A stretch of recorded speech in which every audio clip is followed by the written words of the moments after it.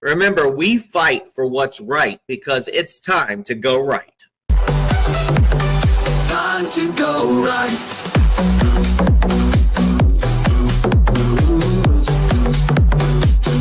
Time to go right.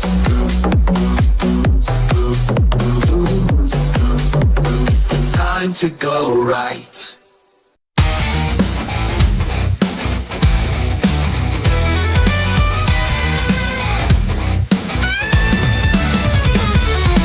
Stand up, speak out, take a stand.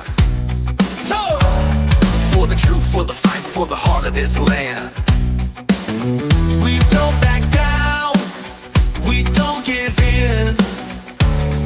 We vote for the people, not the power within. Go right, stand for the truth, stand for the light. Go right, lead with honor, defend what's right. It's a movement, it's a mission, it's a call to unite. So rise up, step up, go right. We do right, integrity strong. We think right, logic leads on.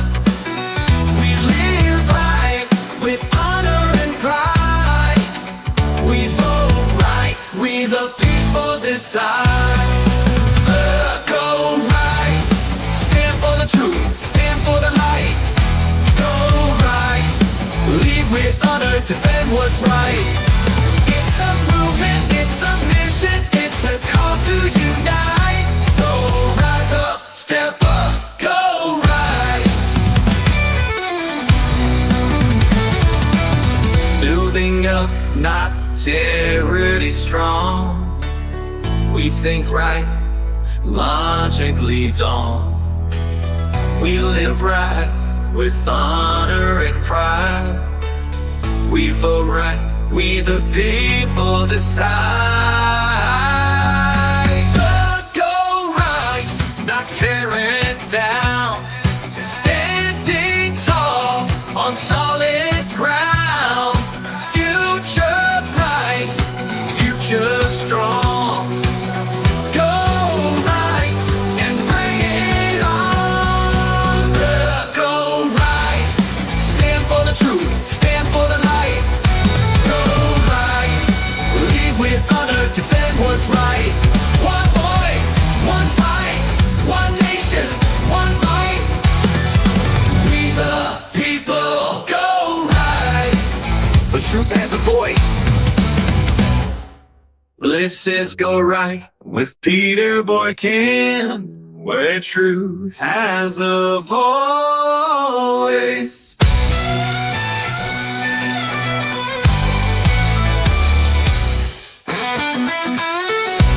Where truth has a voice.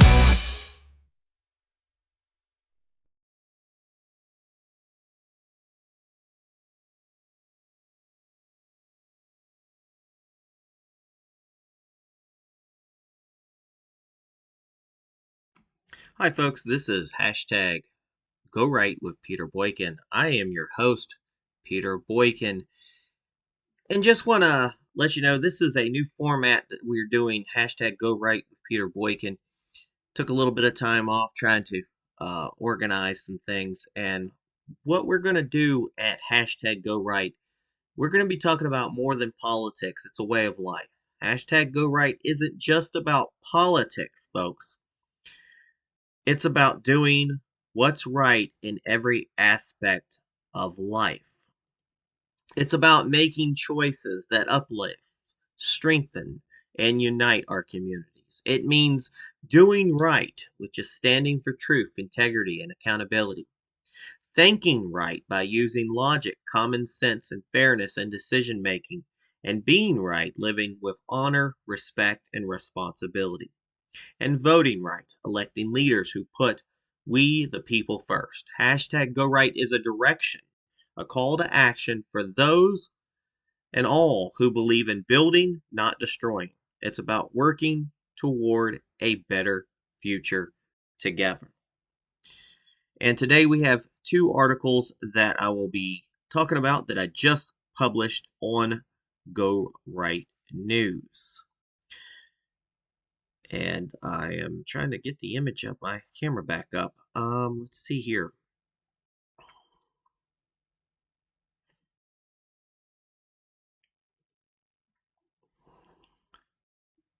Here I am. Hey everybody, this is Peter Boykin. We're going to start with the first article tonight is about restoring integrity in our constitutional republic, a stand against illegal immigration and extremism. Again, these articles can also be pulled up on gorightnews.com as well. And thank you for tuning in. And please share this. You can also follow us on Kick and Rumble and every other little social media that I can remember to put it on. So we're going to start with the first article. And here it is. Restoring integrity in our constitutional republic. A stand against illegal immigration and extremism. This is hashtag GoRightNews, shared by Peter Boykin, a American political commentator, citizen journalist, activist, and constitutionalist for liberty, and former candidate for multiple positions. Maybe one day we'll get in. So, restoring integrity. Imagine a nation where the rule of law is paramount, where sovereignty is respected, and where the voices of its citizens are heard above all. This is the vision our founding fathers had when they established our constitutional republic. Today we face challenges that test our commitment to these principles, but with steadfast resolve we can navigate these turbulent times and waters. Reclaiming our borders, the transformation of the CBP-1 app, in a decisive move to uphold the integrity of our immigration system. The Trump administration has rebranded the controversial CBP-1 app, previously utilized to facilitate entry into the United States, into a tool encouraging self-deportation, now known as CBP Home. This app allows illegal immigrants, or aliens, to submit their intent to depart and verify their exit with the Department of Homeland Security, DHS, monitoring compliance and enforcing the law when necessary. Homeland Security Secretary Kristi Noem emphasized the significance of this change, stating, quote, "The Biden administration exploited the CBP-1 app to allow more than 1 million aliens to illegally enter the United States. With the launching of the CBP Home app, we are restoring integrity to our immigration system. This initiative offers a pragmatic approach. Illegal immigrants who choose to self-deport maintain the possibility of returning to the U.S. through legal channels in the future. Conversely, those who disregard this opportunity will face law enforcement actions, deportation, and potential bans on re-entry. On the first day of office, President Donald Trump terminated the use of the CBP-1 app, which had been used to parole over 1 million illegals into the country under dubious asylum claims. And in February of 2025, the first full month under the new administration, only 8,326 individuals attempted illegal crossings at the southern border, the lowest number ever recorded. Now, this policy shift is a cornerstone of President Trump's border strategy to combat illegal immigration, focusing on removing of criminal aliens, promoting self-deportation, and securing our nation's borders. Meanwhile, we're defending our values with the arrest of Muhammad Khalil, and a bold affirmation of our nation's commitment to counter extremism. Federal immigration agents detained Muhammad Khalil, a Palestinian activist and former graduate student at Columbia University, known for leading protests against Israel and expressing support for groups designated as terrorist organizations by the U.S. government. Stop right there before people go, well, you have the freedom of speech. Well, you have the freedom of speech until it becomes violent. Then you don't have that freedom. You lose that privilege. President Donald Trump underscored the significance of this action, declaring that Khalil's arrest would be the first of many as the administration intensifies efforts to address campus demonstrations that align with terrorist sympathizers. He stated, quote, "We know there are more students at Columbia and other universities across the country who have engaged in pro-terrorist, anti-Semitic, and anti-American activity. We will find, apprehend, and deport these terrorist sympathizers from our country, never to return again." Khalil, a lawful U.S. resident originally from Syria, was apprehended by federal immigration agents in New York and transferred to an immigration facility in Louisiana. His detention had sparked outrage among civil rights groups and free speech advocates who argue that the administration is levering immigration enforcement to suppress criticism of Israel. Now, a federal judge in New York City has temporarily halted Khalil's deportation, scheduling a hearing to examine the legal challenges presented by his attorneys. And his arrest marks a pivotal moment in the administration's crackdown on student protests perceived as supportive of terrorist organizations. Federal immigration authorities also attempted to detain a second international student in Colombia, but were unsuccessful due to a lack of access to the residence.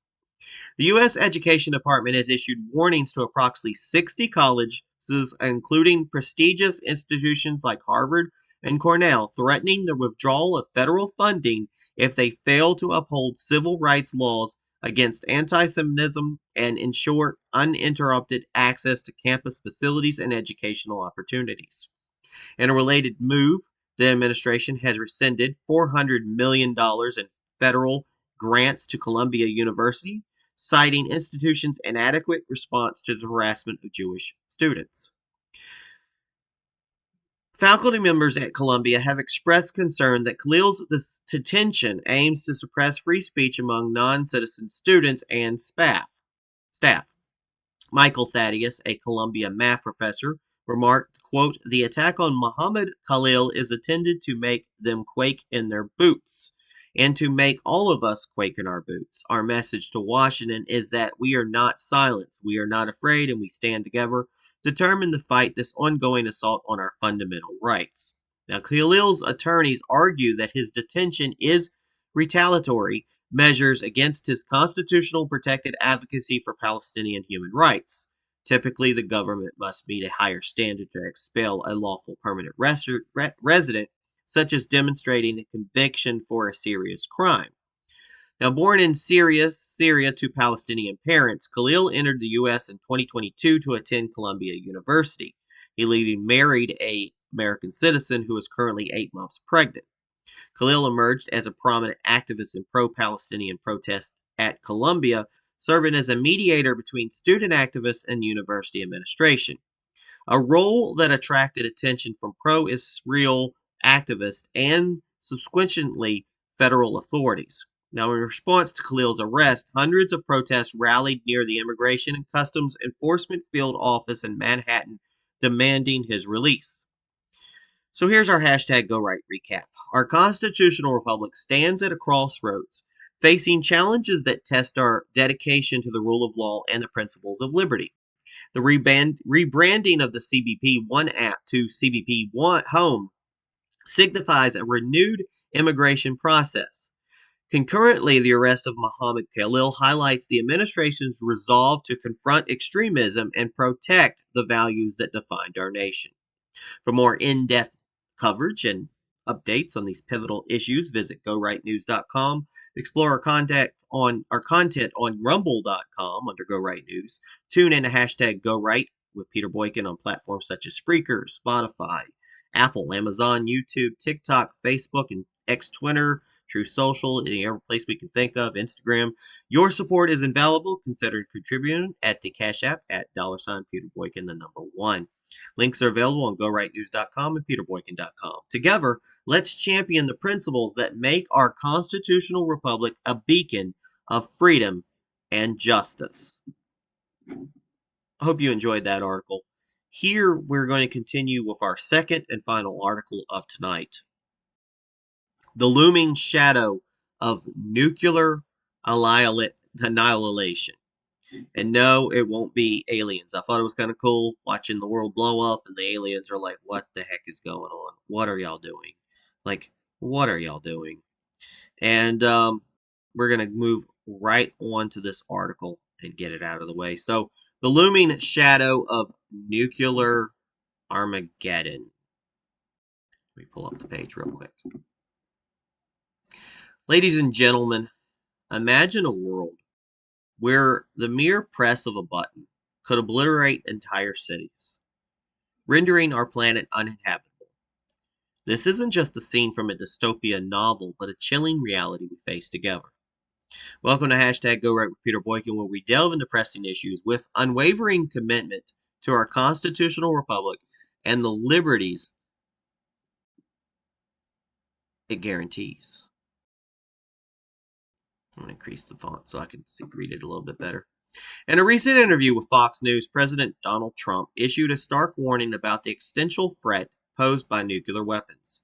He referred to these arsenals as monster devices capable of catastrophic destruction, emphasizing that they are the greatest danger to humanity, capable of ending the world instantly. In the United States, holding the second largest nuclear stockpile globally, has invested immensely in its nuclear arsenal. Now, Trump lamented this expenditure, stating that the level of destruction is beyond imagination and that it's huge, it's large, okay, and that it's unfortunate to spend vast sums on weapons that, if used, could signify the end of the world. Now, challenging the prevalent narrative, Trump dismissed claims that climate change is the most significant existential threat. Instead, he underscored there'd be a huge climate change if a nuclear war went on. Instead, he underscored the immediate and unparalleled risks posed by nuclear weapons, suggesting that while discussions about climate dangers are ongoing, the imminent threat of nuclear catastrophe isn't receiving due attention.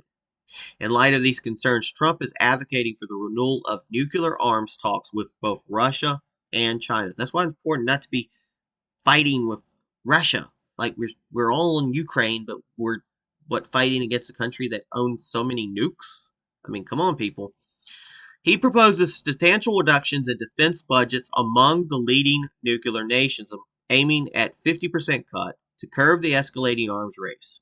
He expressed that there's no reason to build new nuclear weapons when existing arsenals can already destroy the world multiple times over. The urgency of these discussions is further highlighted by the impending expiration of the New START Treaty, the last major arms control agreement between the U.S. and Russia set to lapse within a year. The absence of such treaties could lead to unregulated nuclear arsenals, increasing global instability. The Kremlin has echoed the necessity of engaging the dialogue with the U.S. on nuclear arms control. Russian officials emphasize that the discussions are crucial for strategic stability, especially considering recent proposals from European leaders about nuclear defense strategies. Ultimately, the specter of nuclear annihilation looms large, demanding immediate and concerted efforts from global leaders. As citizens of this constitutional republic, it's imperative to stay informed and advocate for policies that prioritize humanity's survival over destructive capabilities. And here's our hashtag Go Right recap. We've traversed the perilous landscape of nuclear armament, heeding President Donald Trump's warnings about the monstrous threat that weapons pose. The call for renewed arms control talks with Russia and China are not just strategic, but essential for our collective future. As the New START Treaty's expiration approaches, the urgency for dialogue intensifies. Remember, in our constitutional republic, vigilance and informed discourse are our strongest shields against looming threats.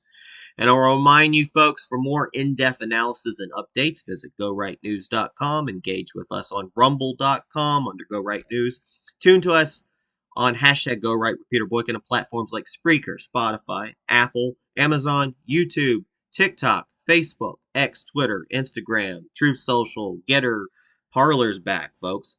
Your support fuels our mission. You consider donating it via Cash App at $ Peter Boykin #1. I might be changing that soon. And links are available at GoRightNews.com and PeterBoykin.com. So stay informed, stay vigilant, and always hashtag Go Right. Thanks for tuning in today, folks. We had a lot to talk about, and we're trying to stop the invasion and avoiding annihilation at the end of the day. God bless everybody, and peace. Hi, folks. This is Peter Boykin from hashtag Go Right. Let me break some things down. The future is up to you, and what are you willing to put into it? So will you hashtag Go Right for America? Will you participate in the great American revival? Because together we can and will make America great again. But it's up to you. It is up to you. It's time to join the Go Right movement. It is time to hashtag Go Right for America. Join us at GoRightNews.com. It is time for the Great American Revival, and it is time to hashtag Go Right for America.